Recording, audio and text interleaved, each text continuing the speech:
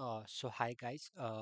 Today आज हम लोग समझने का प्रयास करेंगे SSR, SSG and ISR. There will have three things in the Next.js.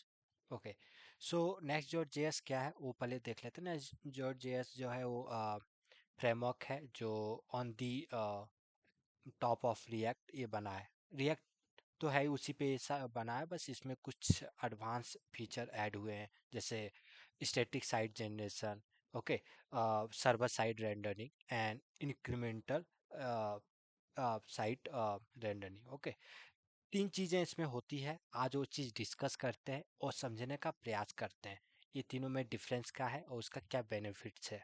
ठीक है ना? तो सबसे पहले ये समझते हैं what is a server side rendering. Okay, ठीक है। आप इस ये हमारा वेबसाइट है। आप जा मैं ये लिंक दे दूंगा, आप जाके यहाँ से फुल आर्टिकल्स आप पढ़िएगा, बहुत कुछ इसमें आपको मिलेगा। ठीक है ना? तो सबसे पहले हम समझते हैं इसमें क्या क्या फीचर है। आप इस चीज़ को पढ़िए कि server side rendering is a technique where the HTML for the each page is generated on this server. इसका मतलब ये हुआ कि जब भी हम कोई पेज जैसे फेच किए, फॉर एग्जांपल हम इस पेज को रीलोड करते हैं, ठीक है ना? तो ये पेज जब रीलोड होता है ना, तो ये हमारा ये जो पेज है विद इन मिली सेकेंड ये पेज आ गया ना। ये जो वेबसाइट का ये जो पेज है एक विद इन मिली सेकेंड आ गया। ज, ये जो पेज है ये SSG है। SSG क्या होता है? Static site generation. वो होता है कि जब हम इसको बिल्ड के टाइम, जब हम npm रन बिल्ड रन करते हैं ना, उसी टाइम ये पेज एज अ HTML के फॉर्म में जनरेट हो जाता है। ठीक है ना? जबकि सर्वर साइड रेंडरिंग क्या होता है कि जैसे ही हम इस पेज पे आए, ठीक है ना, तो सर्वर साइड से कंटेंट को फेच करेगा। फॉर एग्जांपल ये जो हमारा आर्टिकल्स है इसका कंटेंट फेच करेगा और उसको यहाँ पे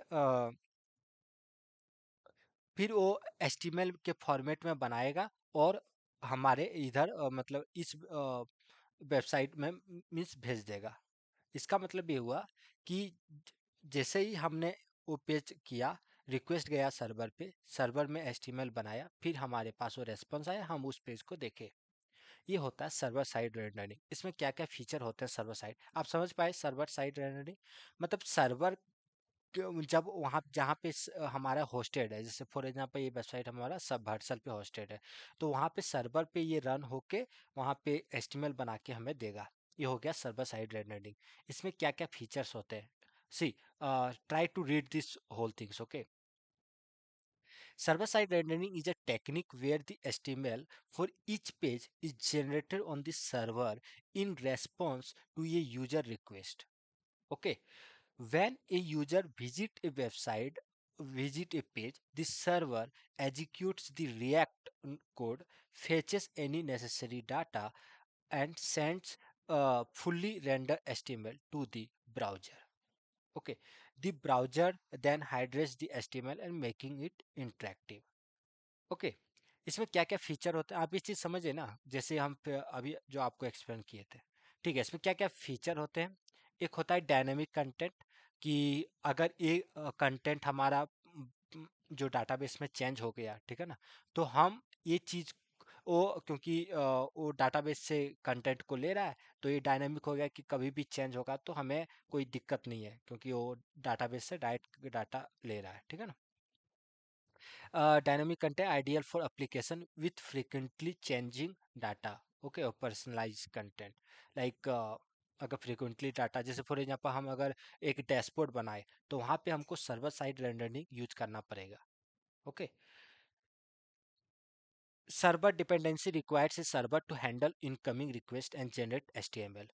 SEO friendly. Okay, search engine crawls can easily index the fully rendered HTML, क्योंकि Nest.js आपको पता है कि वो सर्वर साइड पे करता है। हम रिएक्ट का एक चीज जो दिक्कत है ना, वो दिक्कत ये है कि वो क्लाइंट साइड पे रेंडरिंग होता है। क्लाइंट साइड पे क्या होता है? दो चीजें होती है, एक सर्वर साइड, एक क्लाइंट साइड। क्लाइंट साइड होता है कि जैसे ही हम कोई पेज पे गए, हमारा सारा कोड वहां से आया, वो कोड जावा स्क्रिप्ट ये सब चीजें जो है एग्जीक्यूट हमारे ब्राउजर पे हुआ। वो ब्राउजर वो चीज़ को फेच करके एचटीएमएल बनाता है, तो इसमें क्या होता है ना, इसमें टाइम ले लेता है। और ये सब जो गूगल बोट हो गया या बिंग बोट हो गया, ये सब जो सर्च इंजन का जो बोट है ना, वो उतना वेट करता नहीं है कि आपका एचटीएमएल जावास्क्रिप्ट एग्जीक्यूट हो ब्राउज़र में। उसके पहले वो ट्राई करता फेच होने पे, फेच करने का। तो इसके कारण क्या होता है कि एसईओ इफेक्ट होता है, और रिएक्ट का एसईओ अच्छा नहीं है। SEO means search engine optimisation compare to next dot JS. Okay, next dot JS का काफ़ी अच्छा है। तो सर्च इंजन ठीक है, ये तो देख लिए। स्लोअर इनिशियल लोड, ठीक है। एसएसजी थोड़ा सा स्लो होता है क्योंकि ये सर्वर साइड पे ही हो रहा है, तो सर्वर से रेस्पॉन्स आने में थोड़ा टाइम ले लेता है, ठीक है ना। इसमें क्या क्या बेनिफिट्स होते हैं, ये सब जैसे हम एक डैशबोर्ड बना रहे हैं, फॉर एग्जांपल ये जो डैशबोर्ड है, इस ये आप डैशबोर्ड देखेंगे ना, तो ये हम इसको स्टैटिक नहीं बना पाएंगे, क्योंकि ये सारा कंटेंट जो है ना, ये सारा कंटेंट टाइम, आर्टिकल प्रो, ये सब जो है ना, ये सब वहाँ पे फेच हो रहा है, क्या बोलते हैं, डाट फायर बेस से। तो इसको हम स्टैटिक नहीं बना सकते। ये हमारा सर्वर साइड नहीं होगा कि डाटा वहाँ से फेच करेगा और उसको क्योंकि ये डायनामिक है ना पूरा, ये ऐसा तो है नहीं स्टैटिक इसको हम बना पाए, ठीक है ना। तो प्रीवियस चलते हैं, ठीक है। ये चीज़ें देख लिए। अब सर्वर साइड रेंडरिंग कैसे हम इम्प्लीमेंट कर सकते हैं, हम ये प्रॉप्स यूज करते हैं उसके लिए। देख, get server side props, okay. ये क्या करता है कि एवरी रिक्वेस्ट जब भी हम फेच करते हैं, तो ये इस फंक्शन को कॉल करता है, और वो सर्वर पे वहाँ पे एग्जीक्यूट होके वो हमें डाटा देता है। जैसे आप इस कोड को देख पाइएगा, इसमें अम, यहाँ पे आप देख पा रहे हैं कि गेट सर्वर साइड रेंडरिंग हम कॉल किए हैं।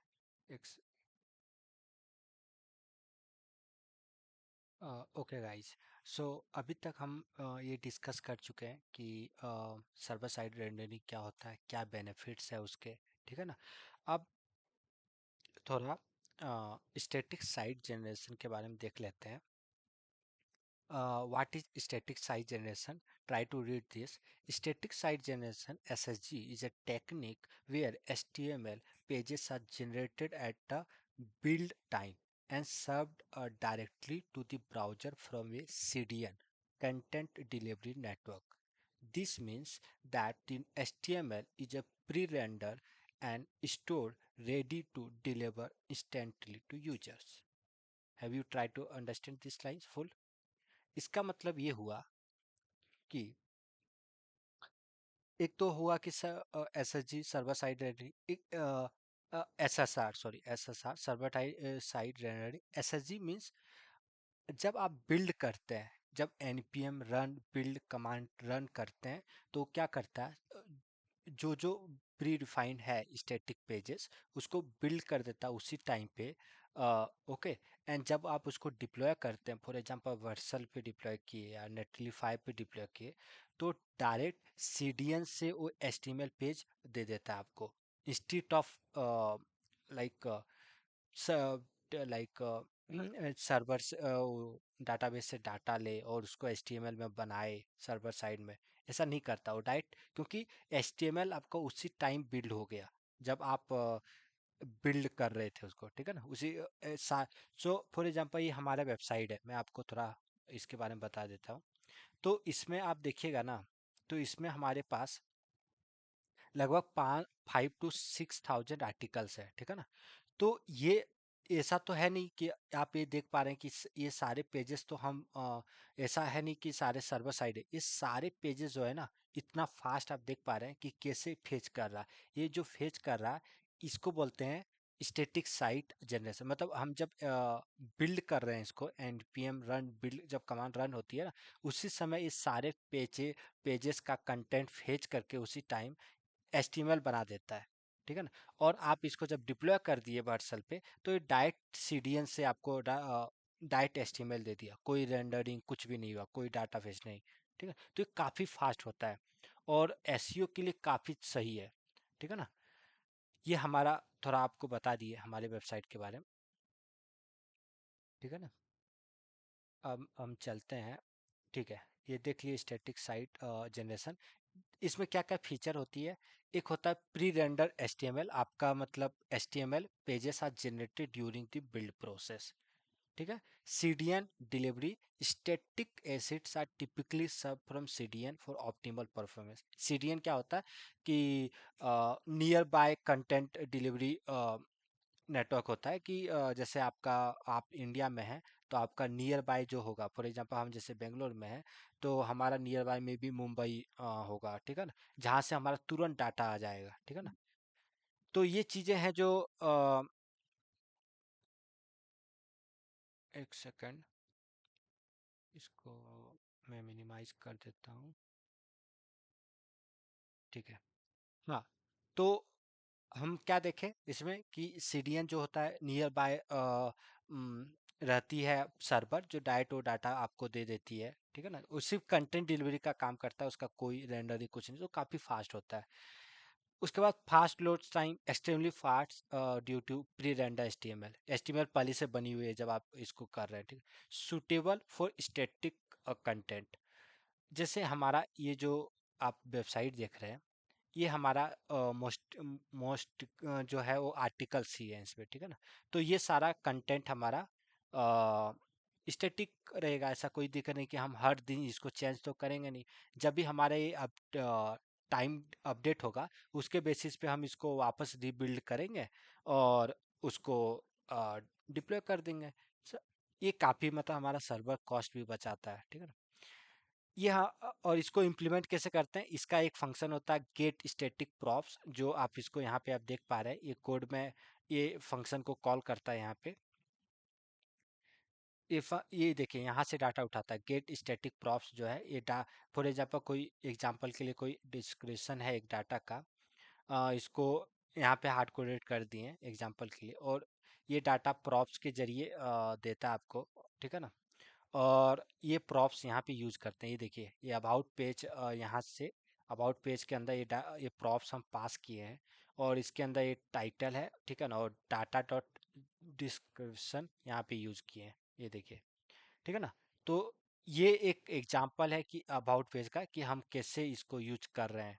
अ, ये वाला गेट स्टैटिक प्रॉप्स, एक और होता है गेट स्टैटिक पाथ्स, ये तब यूज होता है जब हम डायनामिक तरीके से अलग अलग, फॉर एग्जांपल अलग अलग पेजेस हैं, एक ही डायनामिक तरीके से आईडी को यूज करके हम एक ही पाथ पे हम उसको शो कर रहे हैं, ठीक है ना। तो वहाँ पे हम define the path that should be statically generated for dynamic roads, okay.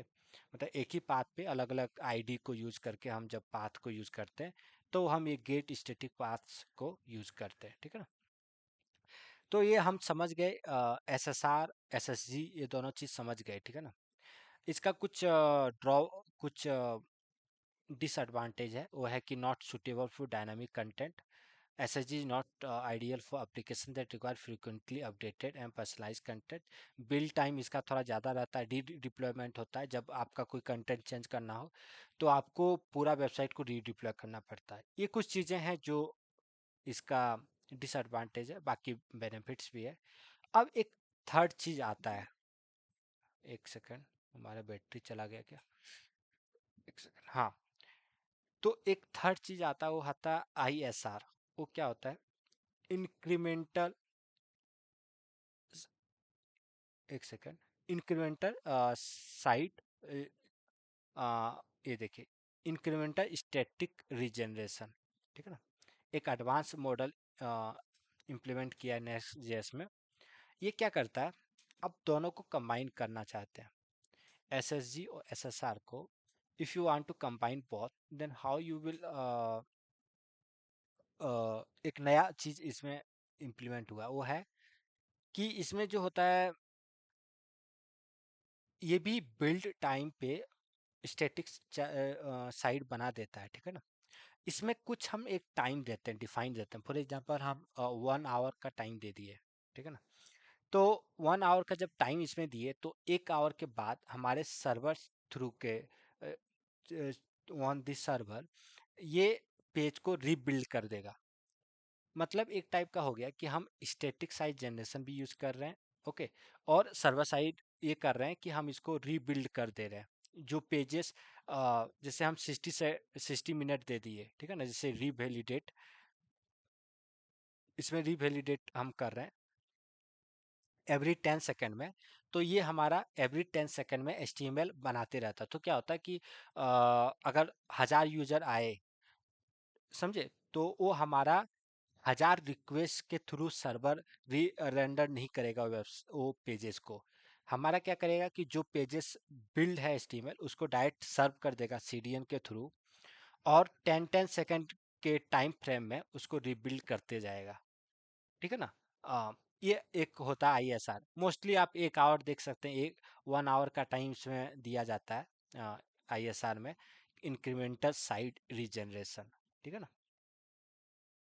ये क्या होता है, Next.js offers a powerful feature called incremental static regeneration, which allows you to update statically generated pages without rebuilding the entire site. This combines the benefits of SSG and SSR, provide providing excellent performance with the ability to update content periodic. Okay, with with SSR, you can specify a revalidation time in seconds for each page. After revalidation time has passed, Next.js will regenerate the page in the background on the next request. This ensures that your users always see the latest content while still benefit from the speed of scalability of SSG. इसका मतलब समझे कि हमारा page तो direct CDN के through आ रहा है क्योंकि प्री रेंडर HTML, बट वो अपडेट हो जा रहा जो भी डाटा है उसमें। तो ये कुछ चीज़ें हैं जो काफ़ी बेनिफिट्स हैं। आप इसको ये आर्टिकल्स में दे दूंगा, आप इसको पूरा जाके एक बार पढ़िएगा, समझे। पढ़ने के बाद आपको समझ आएगा कि कैसे हैं। उसके बाद इसमें आप एक प्रोजेक्ट भी बनाइए तीनों को यूज करके, ठीक है ना। तीनों को यूज करके इसमें और आर्टिकल्स हैं, आप जाके पढ़िए और इसको इम्प्लीमेंट करने का प्रयास कीजिए, ठीक है ना। कि ये अबाउट पेज को बनाइए, इसको आप बिल्ड कीजिए और देखिए क्या होता है, कैसे काम करता है, ठीक है ना।